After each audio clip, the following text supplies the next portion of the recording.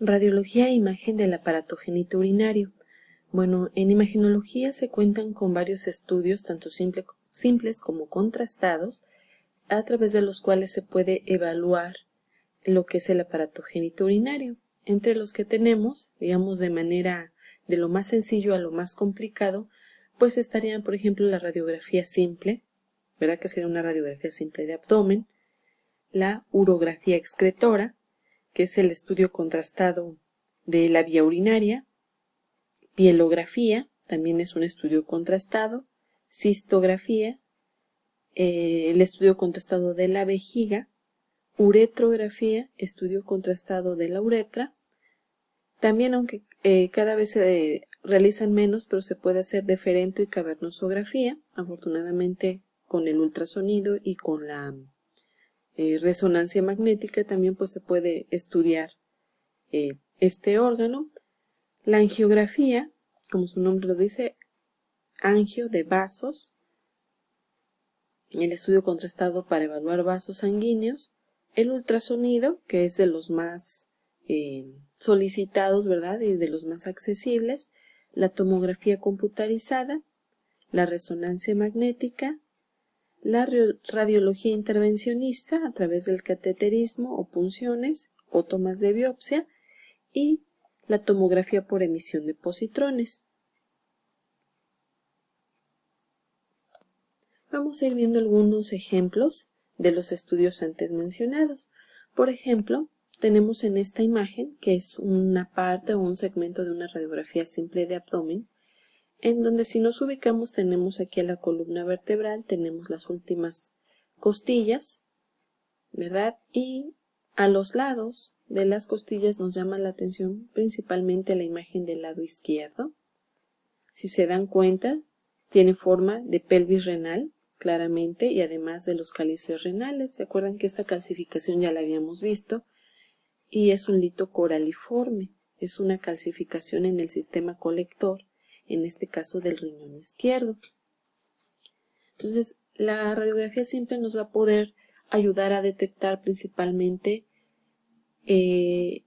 cambios en cuanto al tamaño de las siluetas renales. Recordemos que la del lado derecho se encuentra mucho más, bueno, el polo superior del riñón derecho está más arriba que el del riñón izquierdo. Más o menos el polo superior del riñón derecho estará a la altura de la 11ª costilla y el riñón izquierdo un poquito más abajo, pero nos puede ayudar principalmente a saber si hay un agrandamiento en alguno de los riñones, un aumento de tamaño en la silueta de alguno de los riñones, la presencia de calcificaciones. También nos puede ayudar la radiografía simple para la búsqueda también de litos, ¿verdad?, a lo largo del trayecto del sistema colector.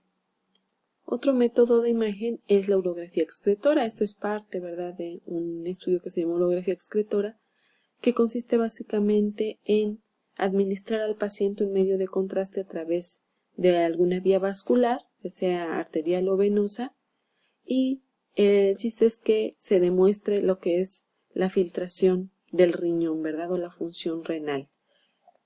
Aquí lo que estamos viendo es parte de esta urografía excretora en una fase, se le dice, de eliminación. ¿Por qué? Porque ya se está eliminando el medio de contraste a través del sistema colector, ¿verdad? Aquí se está viendo la parte de los cálices, de la pelvis renal, del uretero derecho, hasta llegar a la vejiga. Igual del lado izquierdo se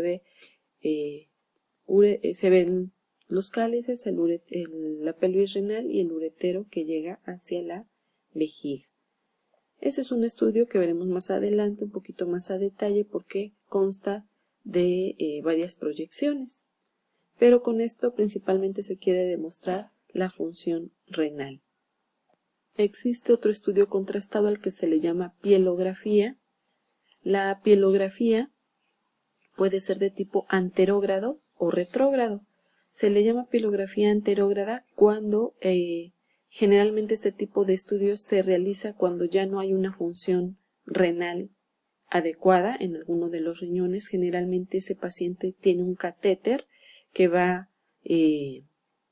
digamos, hacia lo que es la pelvis renal del riñón que no funciona, ese catéter se exterioriza hacia el abdomen y a través de ese catéter se instila o se administra el medio de contraste para poder hacer evidente el resto del sistema colector de la vejiga. Esa sería la vía anterógrada. Por vía retrógrada lo que se hace es colocar una sonda uretral, ¿verdad? Y que llegue hasta la vejiga y a través de esa sondita se administra el medio de contraste y de alguna manera se va observando la vejiga y de manera retrógrada se va pintando los ureteros. Generalmente les digo, este estudio se realiza cuando alguno de los dos riñones ya no tiene función o la función para eliminar el medio de contraste.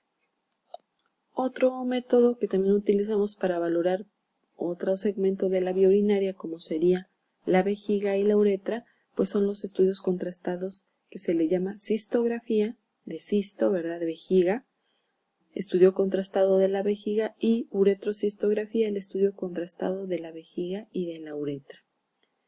Aquí básicamente el estudio se hace colocando una sonda uretral en el paciente y se administra medio de contraste por vía retrógrada para poder, digamos, delimitar la vejiga, y cuando ya está llena la vejiga en algún momento se le pide al paciente que orine y se está viendo bajo fluoroscopía este proceso, ¿verdad? Y entonces en este caso es la uretra masculina, en donde podemos ir delimitando los diferentes segmentos y podemos ir viendo si su trayecto, su calibre e incluso si hay defectos de llenado, por ejemplo litos o que haya también divertículos, ¿verdad?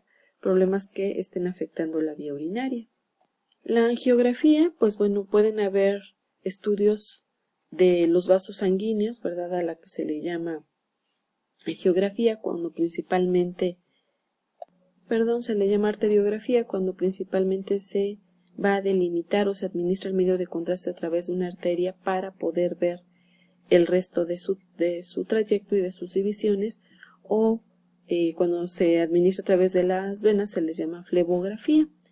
Bueno, miren, este tipo de angiografías pueden ser también arteriografías o angiografías de tipo selectivo. ¿Por qué? Porque uno tiene la opción de llegar precisamente a ese vaso que nos interesa. Aquí en estas imágenes son imágenes de arteriografías selectivas, y si se dan cuenta hay un catéter que está subiendo en este caso por la aorta, ¿verdad?, por la arteria aorta, y entonces este catéter, hacia grandes rasgos, se introduce a través de la arteria femoral con una técnica especial. Todo el tiempo se tiene que ir viendo bajo control fluoroscópico y se va viendo el trayecto, a la vez que se va instilando medio de contraste para ver el trayecto del catéter. En este caso, este catéter se va viendo a través del monitor del fluoroscopio hasta que llega a la arteria que te interese. En este caso, pues la arteria renal del lado izquierdo. Una vez que se llega a la arteria renal, también se empieza a instilar o se empieza a administrar el medio de contraste y de alguna manera se va pintando todo el árbol, digamos, el arbolito que forma esa arteria o la arteria renal con sus diferentes divisiones. Si diéramos o dirigimos el catéter hacia el otro lado, también podemos tener una angiografía selectiva o arteriografía selectiva del lado izquierdo. Principalmente este tipo de estudios, ¿verdad?, selectivos, pues se realizan en pacientes que son candidatos a trasplante renal o aquellos que van a donar el riñón para ver las características en cuanto a la irrigación del riñón. Se utilizan también este tipo de procedimientos para hacer embolizaciones de algún tipo de tumoración. Otro método de imagen que es muy accesible, pues es el ultrasonido renal, ¿verdad? En la mayoría de las clínicas u hospitales se cuenta con ultrasonido y pues a través de él se puede también valorar el riñón. Ahí hemos comentado que se puede valorar pues lo que es la corteza renal, la porción medular como tal y el seno renal. El sistema colector en sí no se puede delimitar a menos que esté dilatado por orina, pero también Con el ultrasonido pues se puede ver desde el tamaño renal, su forma, su situación, si tiene calcificaciones, si tiene alguna neoplasia. Se puede valorar también la vascularidad del riñón a través del Doppler. Otro método de imagen es la tomografía a nivel del riñón. En este caso, bueno, estamos viendo dos imágenes, esta es de ultrasonido, esta es de tomografía, pero para que se ubiquen es un corte axial de tomografía. Al parecer es contrastado porque hay algunos vasos que se ven hiperdensos. Lo que estamos viendo aquí, digamos, todo esto son las partes blandas y estos son las costillas, ¿verdad? Eso que estamos viendo aquí es el hígado que se ve hipodenso. Y aquí tenemos la columna y tenemos a los lados los riñones en cortes axiales. El riñón del lado izquierdo, acuérdense que siempre estamos viendo al paciente como si lo tuviéramos de frente, pero desde los pies, ¿verdad? Acostadito y viéndolo desde los pies. Este es el riñón izquierdo. El riñón izquierdo tiene su forma habitual, su tamaño habitual, el sistema colector también normal, pero ¿qué está pasando con el riñón del lado derecho? Vemos un importante aumento de tamaño del riñón derecho. Se observa heterogéneo, ¿verdad? No se ve así lisito como este, sino se ven hiperdensidades irregulares en su interior que corresponden muy probablemente a calcificaciones. Se ve un aumento importante de tamaño y se ven zonas hipodensas, ¿verdad? Esto es una tumoración a nivel del riñón derecho. Lo que estamos viendo aquí es el páncreas. Esto que estamos viendo aquí es parte del estómago con medio de contraste que se le da a tomar al paciente antes de realizarle el estudio, y algunos vasos, ¿verdad? Los grandes vasos en este caso. En esta imagen lo que estábamos viendo es esta misma tumoración, es aquí el riñón derecho y se ve una imagen o el polo, digamos, el polo superior muy aumentado de tamaño, heterogéneo, precisamente debido a las calcificaciones que aquí estamos delimitando.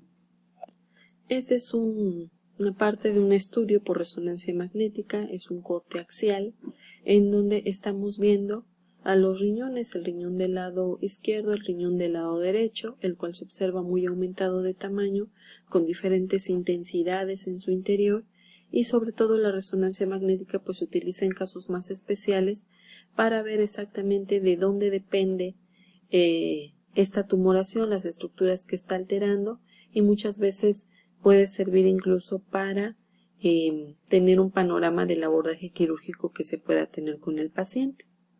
Por último, también tomar en cuenta la radiología intervencionista. Esa radiología intervencionista se puede realizar